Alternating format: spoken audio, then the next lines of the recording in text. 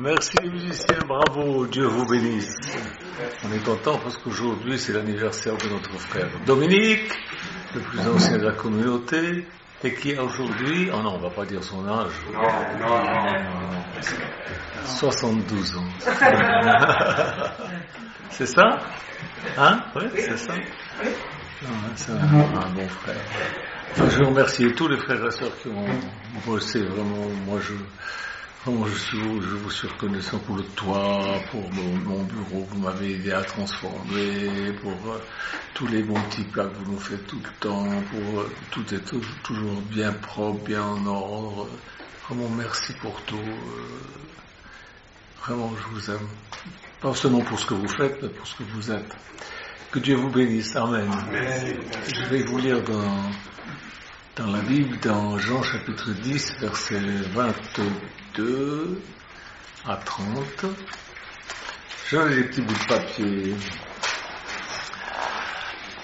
On célébrait à Jérusalem la fête de la dédicace. C'était l'hiver. Et Jésus se promenait dans le temple sous le portique de Salomon. Les Juifs l'entouraient et ils lui dirent, quand ils disent les Juifs, c'est pas les Juifs, c'est les religieux Juifs. Jusqu'à quand tiendras-tu notre esprit en suspens? Si tu es le Christ, dis-le-nous franchement. Jésus leur répondit, je vous l'ai dit, et vous ne me croyez pas. Les œuvres que je fais au nom de mon Père rendent témoignage de moi. Mais vous ne croyez pas parce que vous n'êtes pas de mes brebis. Mes brebis entendent ma voix, c'est-à-dire comprennent. Parce que vous n'êtes pas mes brebis entendent ma voix, je les connais, et elles me suivent. Je leur donne la vie éternelle, elles ne périront jamais, et personne ne les ravira de ma main. Mon Père, qui me les a donnés, est plus grand que tous, et personne ne peut les ravir de la main de mon Père. Moi et le Père, nous sommes un. Alors, ils prirent de nouveau des pierres pour le lapider, mais bon. Toute ma vie, ça n'a été qu'une série de miracles. D'abord, premièrement, pour commencer, ma mère était stérile pendant des années, ils ne pouvaient pas avoir d'enfants, ils étaient découragés. Et un jour, ma mère, elle a crié à Dieu, elle était dans sa chambre à coucher, elle n'a pas fait attention, elle était au rez-de-chaussée. Et juste devant sa fenêtre, il y avait un banc avec des dames de l'immeuble. Et puis elle a crié, Seigneur, donne-moi un fils, je te le donnerai, je te le consacrerai pour qu'il soit ton serviteur, mais donne-moi un fils, donne-moi un fils. Elle criait, elle pleurait, puis après elle s'est rendue compte que tout le monde l'a entendu. Mais tant pis pour les dames qui l'ont entendu et qui ont trouvé ça ridicule, Dieu a entendu, et hop, ça y est, je suis arrivé. Ce qui s'est passé, c'est que, quelques temps après, mon père a dit, bon écoute, on va faire un voyage, on va profiter de l'un de l'autre, on va aller... Puis ils sont descendus, ils sont allés à Marseille, ils ont dû rentrer parce que ma mère commençait à se sentir pas bien, et quand elle est rentrée, le médecin lui a dit, madame, j'entends, vous êtes enceinte? Oh, si, et puis à l'époque on faisait pas d'échographie, on faisait rien, donc j'ai failli m'appeler Huguette. C'était Huguette, puis après c'était Christian. Puis mon père a dit, non, j'aime pas ce nom-là, Christian, parce que dans le mot Christian, il y a Christ, puis j'aime pas ça. Alors, ma mère a dit, alors Michel, d'accord. Non, ce qu'ils ignoraient, c'est que Michel, ça signifie qui est comme Dieu, sous la forme interrogative. C'est un peu comme Christian. c'est bizarre les choses, hein. Donc je suis né le 5 février 1950, c'est bientôt mon anniversaire. Je vous le dis pour que vous ayez le temps d'économiser. Et je suis né une deuxième fois le 1er juin 1968 quand le prédicateur gitan Raphaël est venu prêcher à Lausanne. Et c'est Dieu, notre Père, qui a fait ça. Personne ne peut me ravir de sa main. Il y en a qui ont essayé de nous enterrer, mais ils ont oublié qu'on est des semences, on repousse tout le temps. Jésus était clair, il disait qu'il était le Christ, il m'a oint, on va lire, dans Luc 4, 18. Luc 4, 18.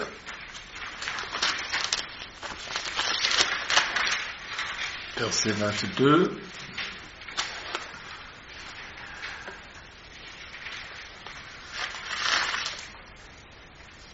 Non, c'est pas ça.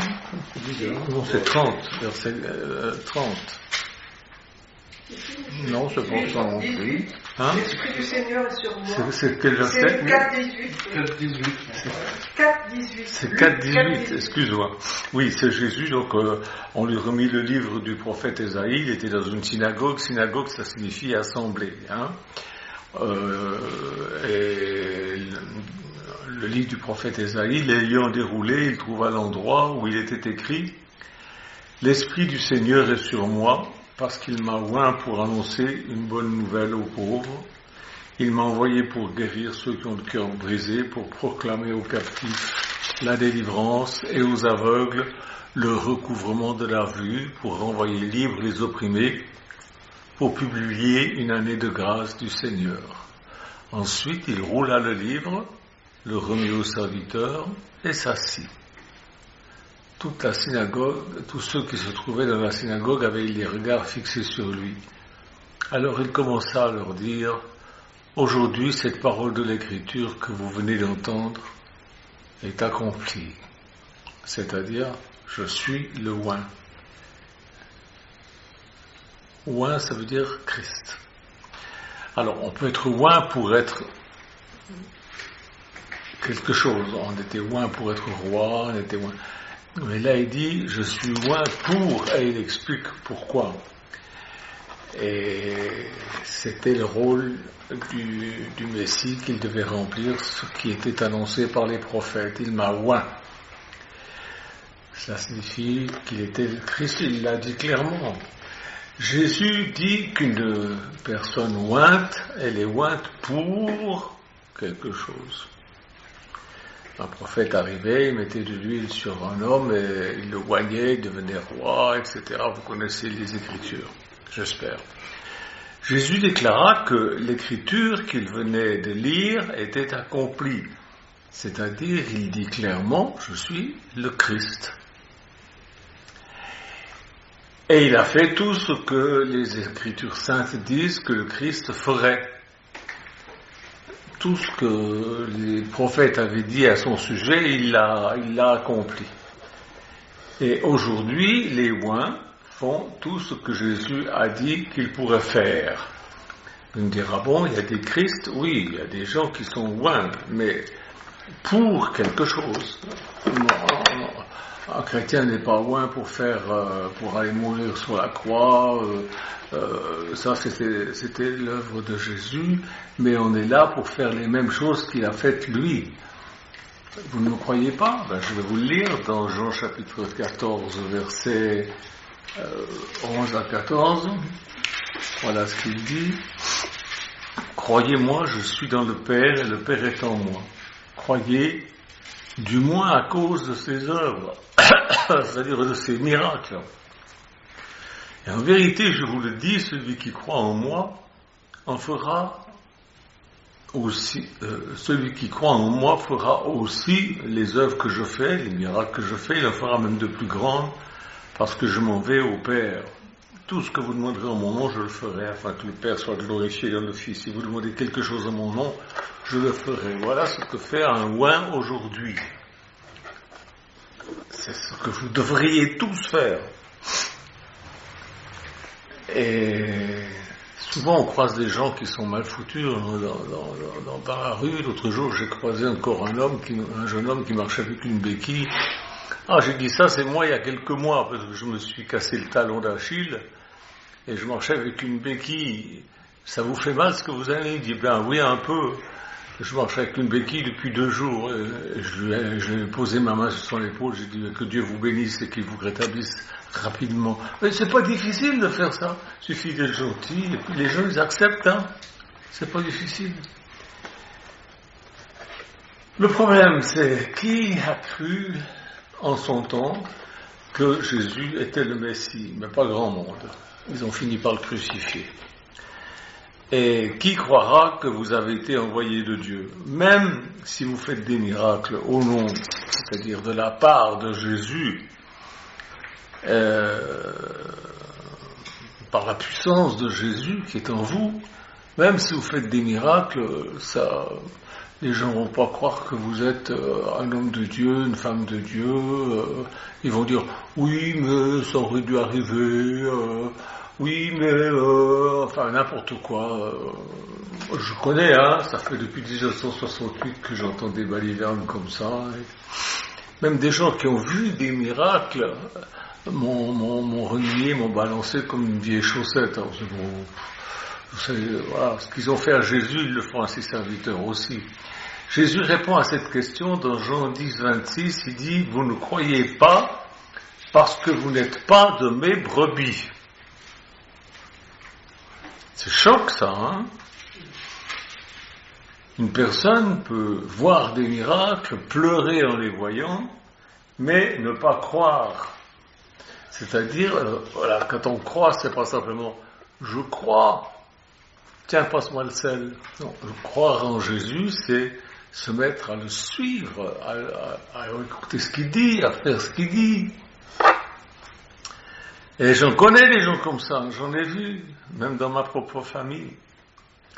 Si une personne n'est pas une brebis du Seigneur, elle ne peut pas croire.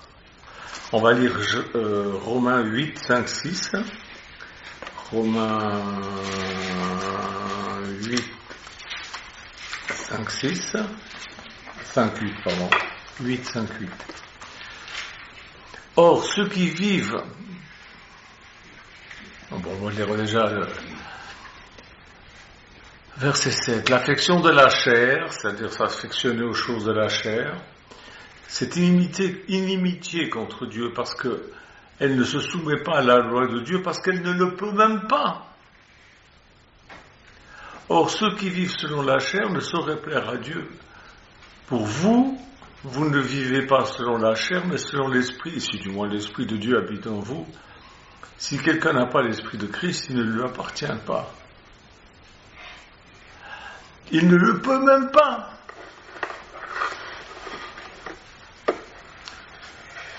Qu'est-ce que l'affection de la chair? C'est la pensée, la façon de penser, les intentions, c'est pas simplement le sexe. Comment pensez-vous? Quelles sont vos intentions? Ça révèle ce que vous pouvez croire. Ça révèle jusqu'où vous pouvez aller dans l'obéissance aux paroles de Dieu. Ça paraît étrange.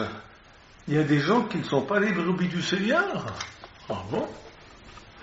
On va lire Matthieu 7, 21.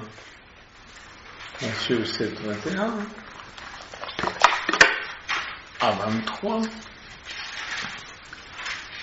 Voilà ce qu'il dit. Ceux qui me disent Seigneur, Seigneur n'entreront pas tous dans le royaume des cieux, mais seulement celui qui fait la volonté de mon Père qui est dans les cieux. Plusieurs me diront ce jour-là, mais Seigneur, n'avons-nous pas prophétisé en ton nom? N'avons-nous pas chassé des démons en ton nom? N'avons-nous pas fait beaucoup de miracles par ton nom? Je leur dirai ouvertement, je ne vous ai jamais connu.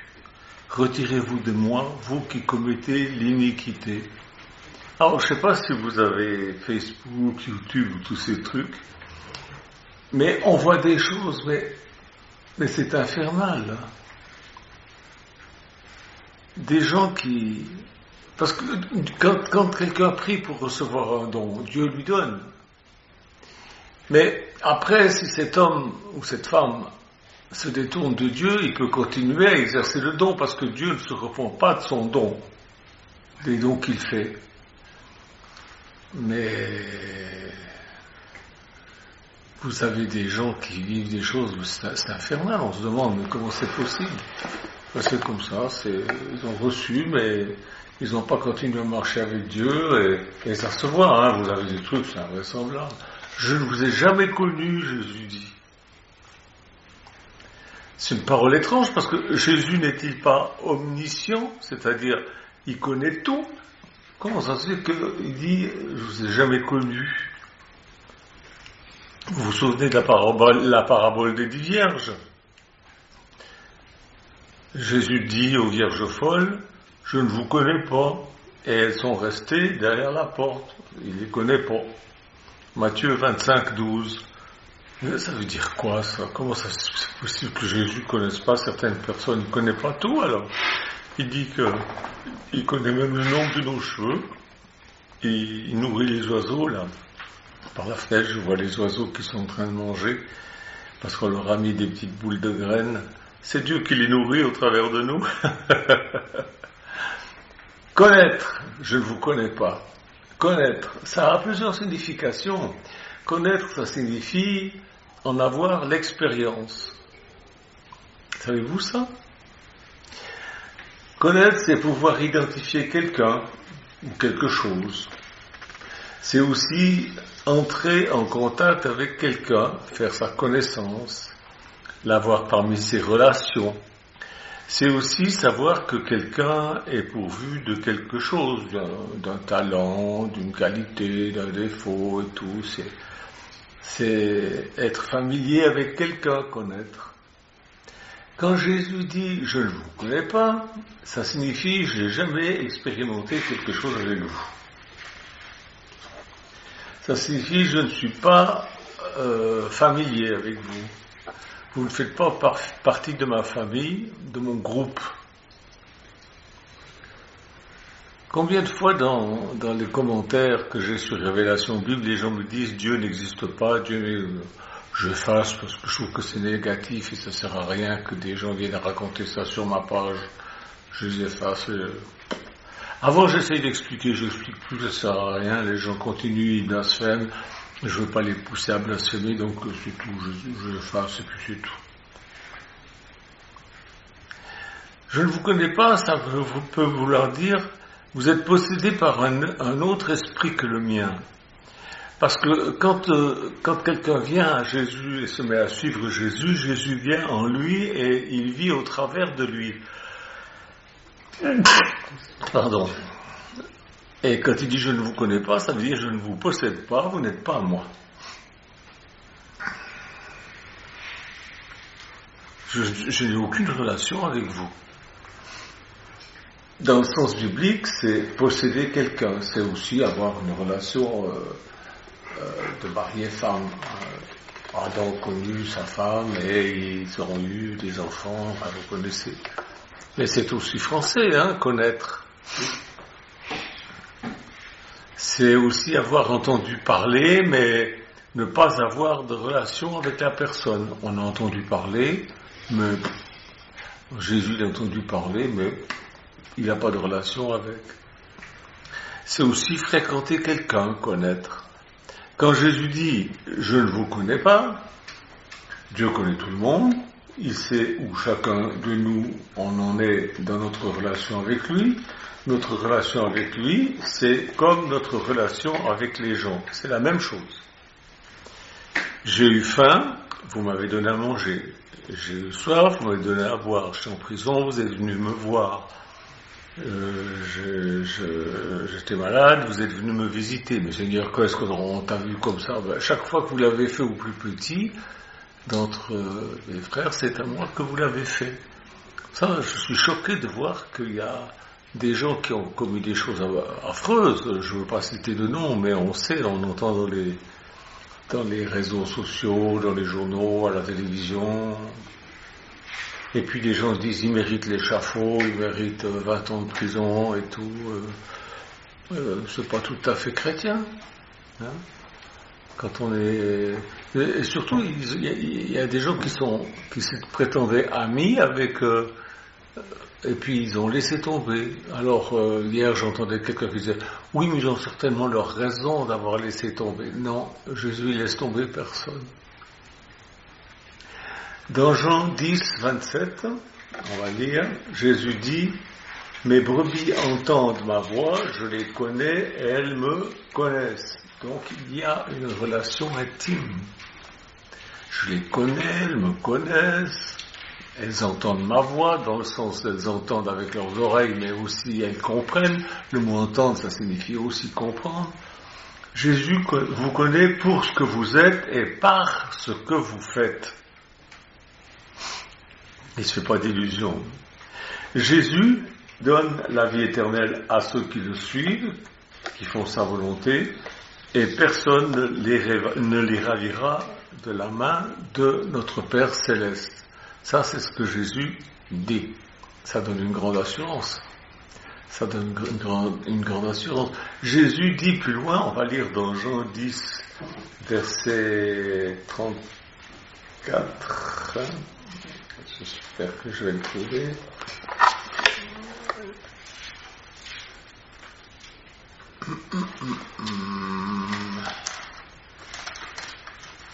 Ouh là là, oui, il est là. Jean 10, 34. Voilà ce qui est dit. Les juifs, c'est pas les juifs, c'est les religieux juifs. Mais quand les apôtres écrivent, ils savaient très bien ce que ça voulait dire à l'époque, mais maintenant il faut comprendre ce que ça veut dire. Les religieux juifs lui vont dire, ce n'est pas pour une bonne œuvre que nous te lapidons, mais pour un blasphème parce que toi qui es un homme, tu te fais Dieu. Jésus leur répondit, mais n'est-il pas écrit dans votre loi, dans la Torah qu'ils lisent toujours, dans la synagogue, n'est-il pas écrit dans votre loi, Dieu dit, vous êtes des dieux. Si la Torah, si votre loi a appelé Dieu ceux à qui la parole de Dieu a été adressée, et si l'écriture ne peut pas être anéantie, celui que le Père a sanctifié et envoyé dans le monde, vous lui dites, tu blasphèmes? Est-ce là parce que je dis, je suis le Fils de Dieu? Si je ne fais pas les œuvres de mon Père, ne me croyez pas, mais si je les fais, même si vous ne me croyez pas, croyez à ses œuvres, afin que vous sachiez et connaissiez que le Père est en moi et que je suis dans le Père. Là-dessus, ils cherchèrent encore à le saisir, mais il s'échappa de leurs mains. C'est taillé. On voit très bien ça dans le film Chosen, je vous le recommande, c'est une série, pour le moment il y a 4 saisons, vous pouvez commander ça dans n'importe quelle bonne boucherie, à la FNAC, voilà, sur Internet. On voit très bien comment ça se passait. Qui sont les dieux? Nous, la Bible dit que vous êtes des dieux. Mais qui? Ceux à qui la parole de Dieu, de Jésus, a été adressée, a été envoyée. Et Jésus dit, l'écriture ne peut pas être anéantie. Donc, vous êtes des dieux. Et puis là-dessus, ils ont cherché à le saisir pour le faire mourir, mais il s'est taillé. Ce que nous avons fait aussi, nous, on s'est taillé. Dans Jean 8, 59, là aussi il se barre. Dans Jean 12, 36, il se cache d'eux. Car ces gens ne peuvent pas croire, car Dieu, c'est écrit, car Dieu a aveuglé leurs yeux et il a endurci leur cœur de peur qu'ils ne se convertissent. Vous voyez qu'on est créé à l'image de Dieu. Dieu a des peurs aussi. Ah non, celui-là, je ne le veux pas dans mon paradis. Quelle horreur! Alors, ils ferment leurs yeux, ils ne voient pas, et ils bouchent leur cœur. Il y a des gens que Dieu ne veut pas dans son paradis. Et je le comprends aisément. Il y a des gens, on ne les veut pas chez nous. Pourquoi? Il y a des raisons. On va dire Jean 8, 51, 59. Jean 8, 51.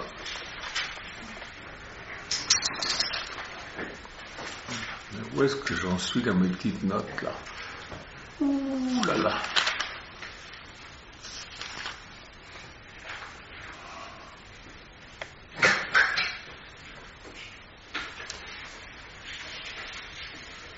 En vérité, je vous 51.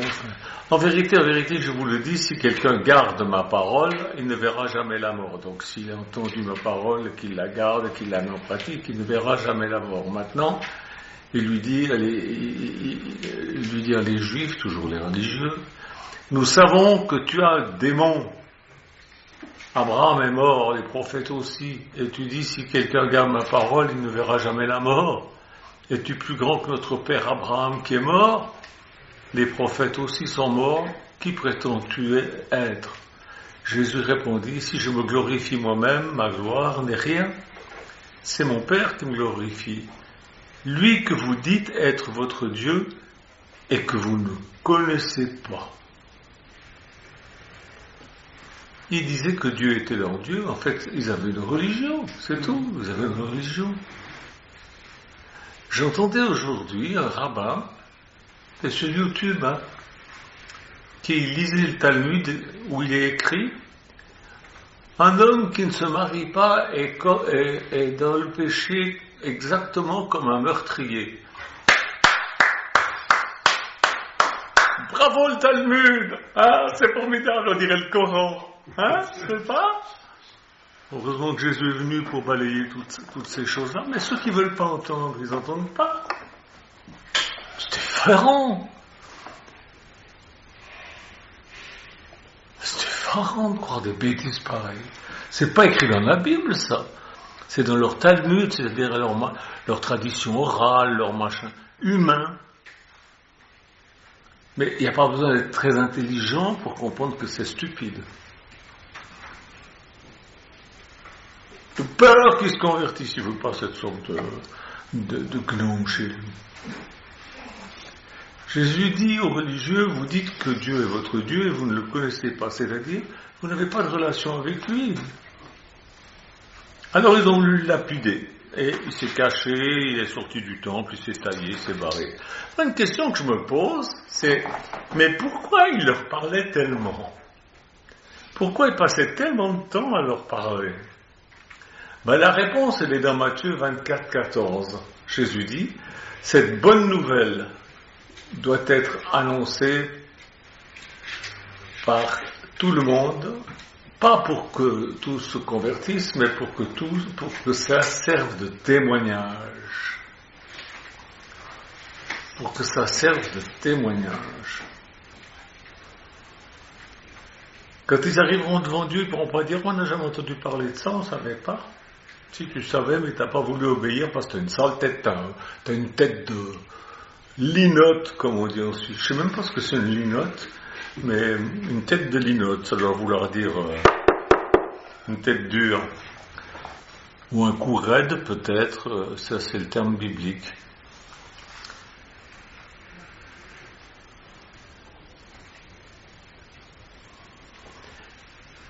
Mais la Bible dit que seuls ceux que Dieu appelle seront sauvés. Alors, qu'est-ce qu'il leur reproche? Jean 6,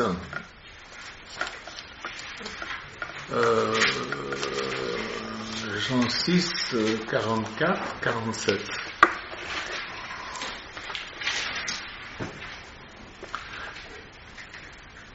Nul ne peut venir à moi si le Père qui m'a envoyé ne l'attire, et je le ressusciterai au dernier jour.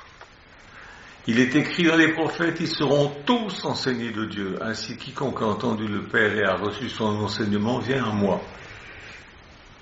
C'est que nul n'a vu le Père sinon celui qui vient de Dieu, celui-là a vu le Père. En vérité, je vous le dis, celui qui croit en moi a la vie éternelle.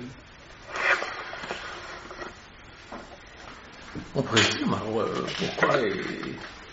pourquoi les blâmer, puisqu'il ne les attire pas? Il leur a bouché les yeux, il leur a fermé le cœur. Dieu attire les siens, il est venu chercher les siens. Ceux qu'il veut avec lui pour l'éternité. Il ne veut pas avec lui pour l'éternité des gens qui sont de la lignée du diable. C'est-à-dire, qu'est-ce que c'est encore que cette doctrine? Ça fait 150 ans que je vous la prêche. Je vais vous lire dans Genèse, chapitre 3, verset 14. L'Éternel Dieu dit au serpent, je vous rappelle que le serpent, il était comme un homme, il avait des pattes, il parlait.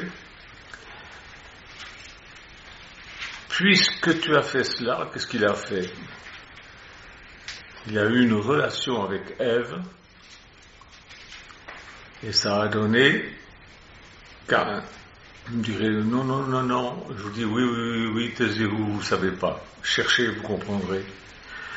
Puisque tu as fait cela, tu seras maudit entre tout le bétail et entre tous les animaux des champs. Tu marcheras sur ton ventre, tu mangeras la poussière tous les jours de ta vie. Je mettrai inimitié entre toi et la femme, entre ton lignage et son lignage. Celui-ci t'écrasera la tête et tu lui blesseras le talon.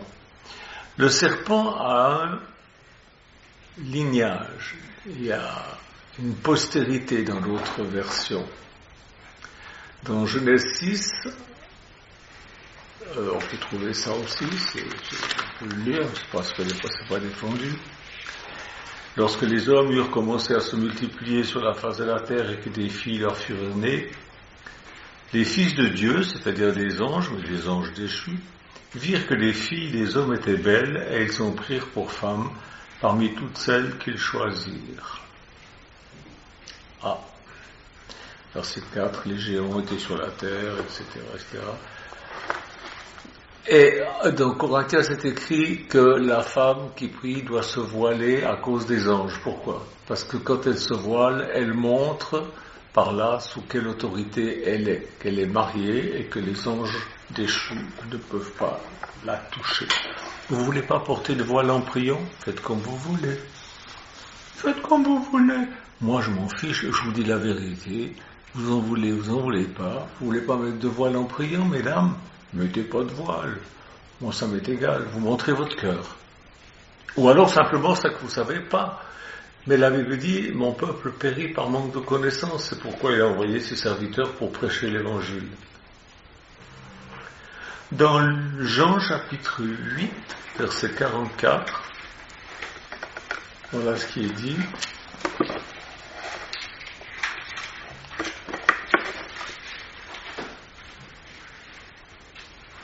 Il dit ça encore à des religieux.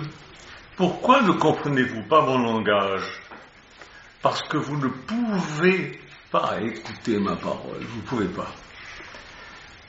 Et il leur explique pourquoi. Il dit, vous avez pour père le diable. Bon, moi j'ai pour père, je vous ai dit, je suis né le 5 février 1950, mon père c'est Charles-Édouard Janton. Je ne peux pas changer de père. Je peux faire les pieds au mur, je peux faire tout ce que je veux. Mon père, c'est Charles-Édouard Janton.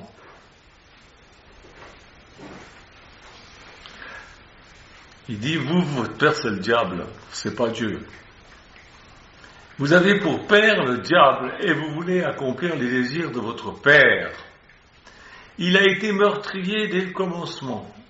Il ne se tient pas dans la vérité, parce qu'il n'y a pas de vérité en lui. Lorsqu'il profère le mensonge, il parle de son propre fond, car il est menteur et le père du mensonge. Et moi, parce que je vous dis la vérité, vous ne me croyez pas.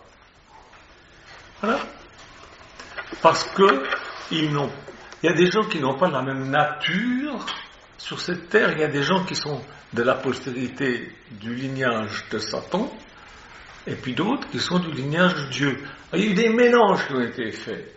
Ce qui fait que nous avons tous un cerveau reptilien, on a tous quelque chose de mal, on est tous perdus, on a tous besoin de Jésus pour être sauvés. Mais quand on entend sa voix, un fils de Dieu, il reconnaît la voix de son Dieu et se met à le suivre. Les autres, ils deviennent religieux ou païens finis, blasphémateurs et compagnie.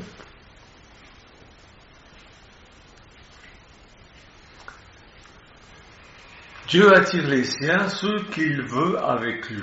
Il ne veut pas prendre tout le monde. Il ne veut pas les fils du diable. Vous les voulez, vous, les fils du diable, avec vous au paradis, ou ça vous amuse? Vous ne trouvez pas que déjà, ils ont mis pas mal de pagaille sur la terre? C'est bien, ce qui se passe sur la terre en ce moment, vous avez vu?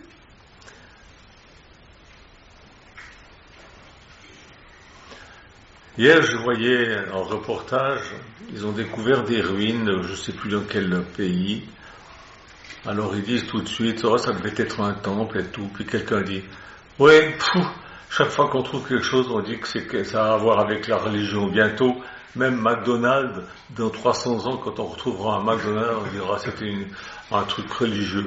Ben oui, c'est un truc religieux, vous avez vu, ils font même des sacrifices humains. Dernièrement, il y a un vieux de 77 ans qui a sacrifié un autre vieux dans un McDonald's. Il l'a tué. C'est religieux, ça, là, de tuer les gens.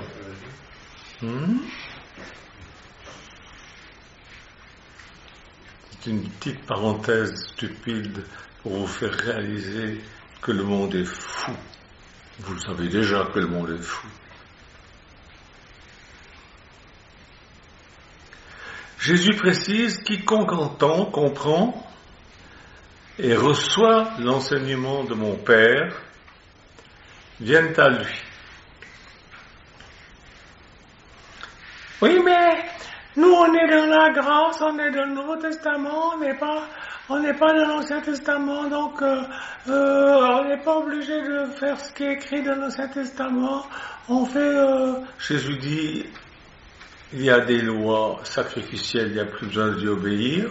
Ensuite, dans le Nouveau Testament, il a été très clair au sujet du Shabbat pour les chrétiens.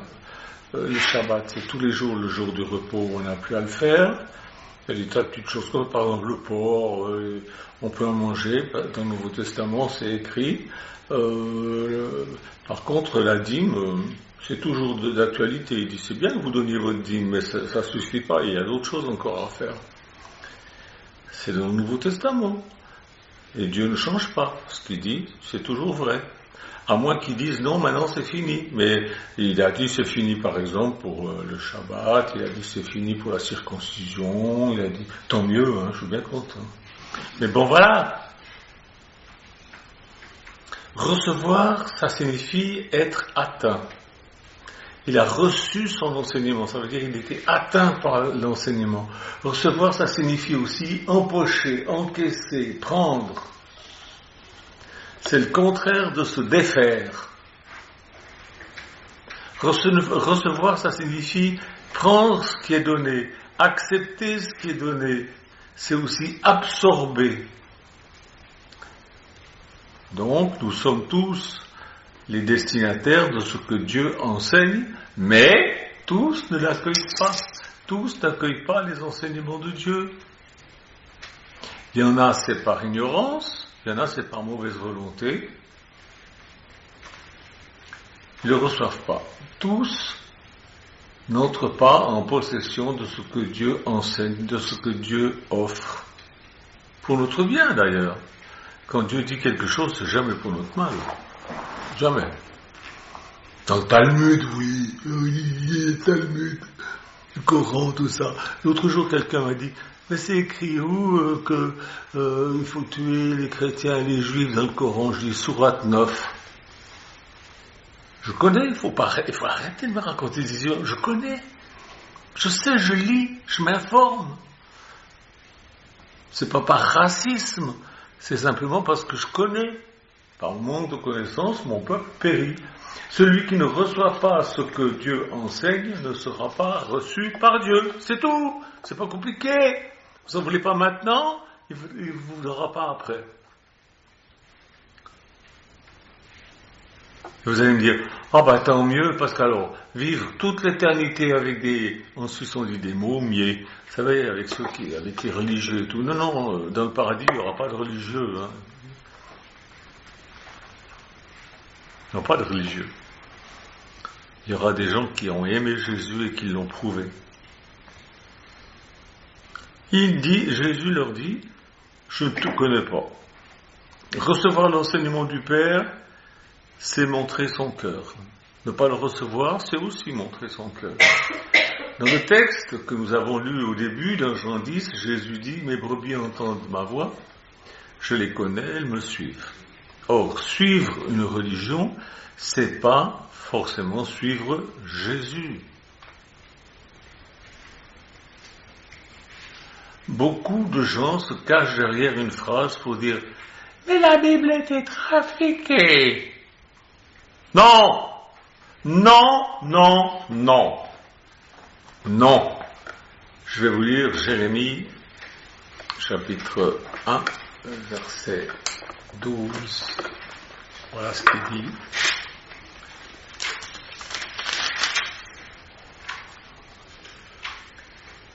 L'Éternel me dit, tu as bien vu, car je veille sur ma parole pour l'exécuter.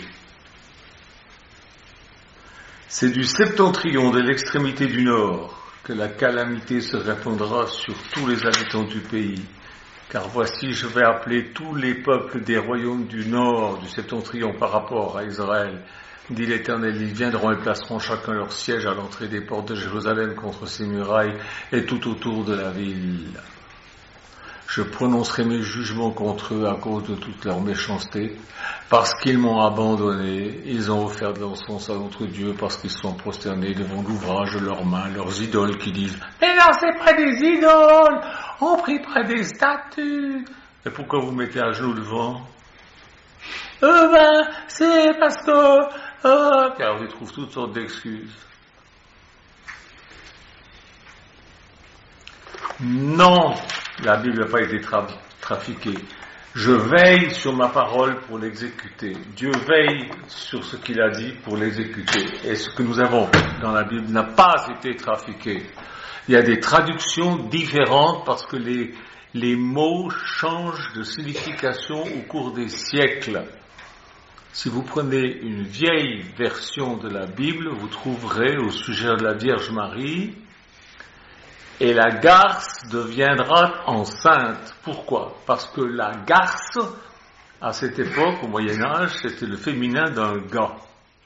Un gars, une garce. Aujourd'hui, le mot a changé. Voilà pourquoi on a besoin d'avoir de nouvelles traductions, mais on comprend très bien ce que ça veut dire. Ça veut dire la jeune fille, la Vierge. Beaucoup de gens se cachent derrière cette phrase. Eh bien non, Dieu veille sur sa parole pour l'exécuter et le mal viendra du nord. Voilà ce qui est la réalité. Bientôt, ça va arriver, vous allez le voir, c'est pour notre génération. La Bible dit que c'est pour notre génération, vous allez le voir. Ça commence à venir, Ça commence à venir. On va dire Matthieu 5, 17. Matthieu 5, 17. Il veut sortir le CHL. Matthieu 5. Ne croyez pas que je sois venu pour abolir la loi ou les prophètes, je suis venu non pour abolir, mais pour accomplir. Car je vous le dis en vérité, tant que le ciel et la terre ne passeront pas, il ne disparaîtra pas de la loi un seul iota, un seul trait de lettre, jusqu'à ce que tout soit arrivé. Celui donc qui supprimera l'un de ses plus petits commandements, etc., etc., etc., vous lirez ça chez vous tranquillement, ça vous fera du bien. Vous ne voulez pas accomplir ce que Dieu dit ? C'est la montre qui vous êtes. Tant que le ciel et la terre subsistent, il ne disparaîtra pas de la loi un seul iota, un seul trait de lettre. À part quand Dieu change d'idée. Pas d'idée, mais par exemple, comme je vous ai dit, pour la circoncision, pour les non-juifs, pour manger du porc. L'autre jour, c'est fort. Une femme qui m'engueule sur Internet, en me disant, ouais, vous vous dites chrétien, puis vous mangez de la viande, vous êtes des viandards, vous faites partie d'une religion de Satan. Je dis, bon, mais pourtant c'est écrit que Pierre a vu un voile descendre du ciel, il y avait des animaux impurs dedans, des porcs, donc toutes sortes de bestioles, et Dieu a dit, tue et mange. Elle dit, non, c'est un texte trafiqué, c'est pas vrai. Je dis, bon. Donc, quand Jésus mangeait du poisson, le poisson, c'est quand même, c'est pas un légume, il le mangeait vivant. Vous imaginez Jésus qui prend un poisson dans la mer, puis qu'il le bouffe vivant, tout frétillant comme ça. Et puis à Pâques, qu'est-ce qu'il a fait Jésus ? Il n'a pas pris l'agneau pascal, il n'a pas suivi elle. Alors, vous voyez, c'est des gens qui nous traitent de Satan, mais qui connaissent même pas la Bible, qui savent pas, et bon... Voilà. Elle était tellement impolie que je l'ai bloquée, puis voilà, c'est tout. Il y en a marre. Jésus s'en alla et se cacha. Moi, au bout d'un moment, je me cache aussi de ces gens-là. Je ne veux pas avoir de relation avec des gens qui me cassent les pieds, qui sont toxiques, et puis qui sont impolis surtout, qui sont impolis, terriblement impolis. Certains disent, ah oui, mais ça c'était pour autrefois, c'est plus pour aujourd'hui. Par exemple, les miracles. Les miracles, c'est plus pour aujourd'hui. Alors pourquoi vous priez? Une simple prière exaucée, c'est un miracle. Puis vous dites que les prières, vous dites que les miracles, c'est fini, c'est plus le temps des miracles. Un branhamiste m'a dit, les prophéties, les miracles, les langues, tout ça, ça passera quand ce qui est parfait sera venu. Je dis oui, quand Jésus sera venu. Non, quand Branham sera venu. Parce que Branham a été parfait. Ah bon? Alors, je commence à parler de la pluie et du beau temps parce que je dis si je rentre dans cette discussion, ça ne sert à rien du tout. Croyez ce que vous voulez. Entre votre parole et celle de Dieu, moi j'ai vite fait le choix. J'écoute, je reçois et je fais du mieux que je peux avec son aide. Je n'ai pas de religion pour me dire ce que je dois faire ou ce qui n'est plus à faire. Le lavage des pieds. Ah oui, non, mais ça c'était... Bon, faites comme vous voulez. Faites comme vous voulez. Mais je vous le dis en vérité, à la vitesse où vont les choses, les événements, ce que vous êtes en train d'écouter aujourd'hui, c'est peut-être mon dernier message.